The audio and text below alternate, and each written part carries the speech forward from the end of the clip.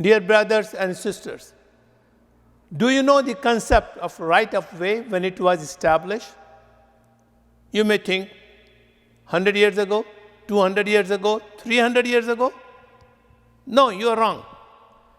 The concept of right of way was given by Prophet ﷺ more than 1400 years ago, as given in Bukhari Hadith number 2465.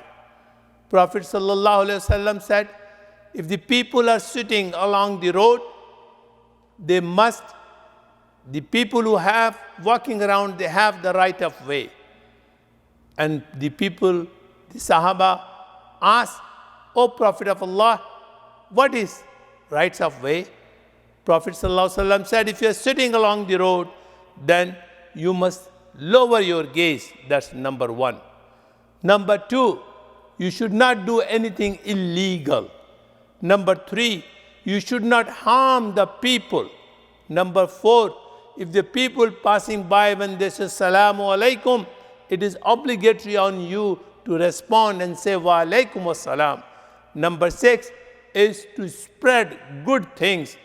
Number seven, the last item but not the least, is to forbid and stop evil. Dear brothers and sisters, these are the right of ways for those people who are sitting around the roads.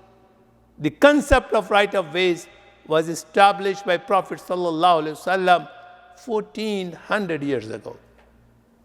Thank you. Allahumma salli ala Sayyidina Muhammadin wa ala alihi wa